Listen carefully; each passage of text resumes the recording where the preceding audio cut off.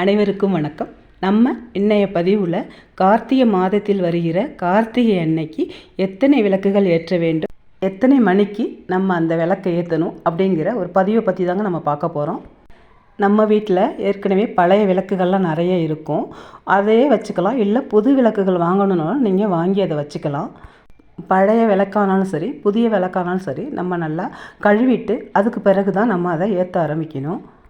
இந்த விளக்குகள் எண்ணெய் குடிக்காமல் இருக்கிறதுக்கு நம்ம பழைய விளக்கு புது விளக்கு எதுவாக இருந்தாலும் சரி 2 மணி நேரம் தண்ணியில் நல்லா ஊற போட்டுட்டு அதுக்கு பிறகு விளக்கி எடுத்துக்கோங்க. விளக்குன விளக்கை வெயிலில் வைக்காமல் நம்ம ஒரு காட்டன் துணியோ இல்லை ஒரு டிஷ்யூ பேப்பரோ போட்டு தொடச்சிட்டு வீட்டுக்குள்ளேயே நிழலில் வச்சோம்னாக்கா விளக்கு எண்ணெயை ரொம்ப குடிக்காது. எல்லா விளக்குகளுக்கும் மஞ்சள் குங்குமம் வச்சுட்டு எண்ணெயை ஊற்றின பிறகு தாங்க திரியை போடணும். எப்போயுமே எண்ணெய் ஊற்றின பிறகு தான் திரி போடணும். நம்ம திருவண்ணாமலை தீபம் 6 மணிக்கு மகாதீபம் ஏற்றின பிறகு நம்ம வீட்டில் விளக்கேற்றுறது ரொம்பவே நல்லது. சில பேர் நான் 5:30 மணிக்கு 5:45 மணிக்கெல்லாம் ஏற்றிடுவாங்கன்னா அதனால் ஒன்றும் தப்பு கிடையாது, நீங்கள் கண்டிப்பாக ஏற்றலாம். அதே போல் 27 நட்சத்திரத்திற்குரிய 27 விளக்குகள் ஏற்றுறது ரொம்பவே விசேஷங்க.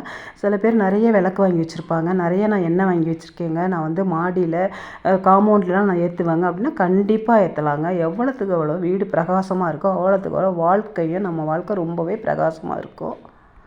27 நட்சத்திரத்துக்குரிய 27 விளக்குகளை நம்ம எங்கே ஏற்றணும்னு பார்த்தீங்கன்னா, சாமி படத்துக்கு கீழே 2, முற்றத்தில் 4, நடைபாதையில் 2, பின்கட்டில் 4, சமையற்கூடத்தில் 1, திண்ணையில் 4, மாடக்குழியில் 2, நிலைப்படிக்கு 2, வெளியே யம தீபம் 1.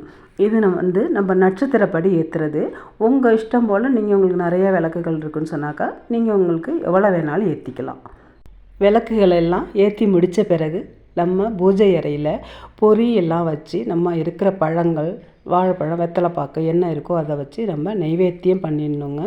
நம்ம என்ன பாராயணம் பண்ணணுமோ சிவனுக்குரிய பாராயணம், முருகனுக்குரிய பாராயணம் பண்ணுறது ரொம்பவே நல்லது. அன்னைக்கு முடிந்தவர்கள் கண்டிப்பாக சொக்கப்பானை கொளுத்துறதை போய் பார்த்துட்டு வாங்க.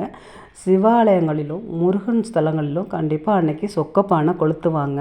சில பேரால் பார்க்க முடியாது, வெளிநாட்டில் இருப்பாங்க, வெளியில் இருப்பாங்க, தீட்டு காலமாக இருக்கும், இல்லை குழந்த பிறந்திருக்கும், சில பேர் பார்க்க முடியாது. நீங்கள் பார்த்தீங்கன்னாக்கா உங்களுக்கு ரொம்பவே நல்லது. உங்களுக்கு பார்க்கக்கூடிய அந்த பாக்கியம் கிடச்சிருக்கு அப்படின்னு ஒரு சந்தோஷப்பட்டுட்டு முடிஞ்சவங்க கண்டிப்பாக அந்த சொக்கப்பானை கொளுத்துறதை போய் பார்த்துட்டு வாங்க. சொக்கப்பானை கொளுத்துறதை பார்க்க போகும்போதும் ரொம்ப பாதுகாப்பான முறையில் போயிட்டு வாங்க. ஏன்னா சில நேரம் வெடிகள் வெடிக்கிறது கூட ஒரு அபாயம் இருக்குங்க. அதனால் நீங்கள் கொஞ்சம் எட்டி நின்று இந்த சொக்கப்பானை கொளுத்துறதை பார்த்துட்டு வாங்க. கூட்டத்தோடு கூட்டமாக நின்று அந்த கறியெல்லாம் எடுக்கிறேன்னு சொல்லிட்டு அவசரப்பட்டு அந்த தீயில் எதுவும் செஞ்சிடாதீங்க. அவங்களே அதில் நல்லா தண்ணி ஊற்றி அணைச்ச பிறகு கறித்துண்டு எடுத்து கொடுப்பாங்க. அப்படியே அந்த கறித்துண்டு கிடைக்கலன்னா கூட பரவாயில்ல, கிடச்சிதுன்னா ஒரு சின்ன துண்டு எடுத்துகிட்டு நீங்கள் பீரோவில் வச்சிங்கன்னா நல்லது. சப்போஸ் உங்களுக்கு கிடைக்கலன்னா அதுக்காக கவலைப்படாதீங்க, அதனால் குறையும் எதுவும் கிடையாது. நம்ம இந்த கார்த்திகை திருநாளில் ஆலயத்துக்கு சாமி கும்பிட்டதே பெரும் பாக்கியம்னு நினச்சிட்டு சாமியை கும்பிட்டுட்டு மனதார சாமியை கும்பிட்டுட்டு வாங்க. இந்த ஆண்டவன் நமக்கு அத்தனை அருள்களையும் தருவார். அதனால் எப்பவும் சந்தோஷமாக இருங்க. நான் இந்த பதிவை இதோடு முடிக்கிறேன். நான் இன்னொரு பதிவில் உங்களை சந்திக்கிறேன். இந்த வீடியோ பார்த்ததுக்கு நன்றி.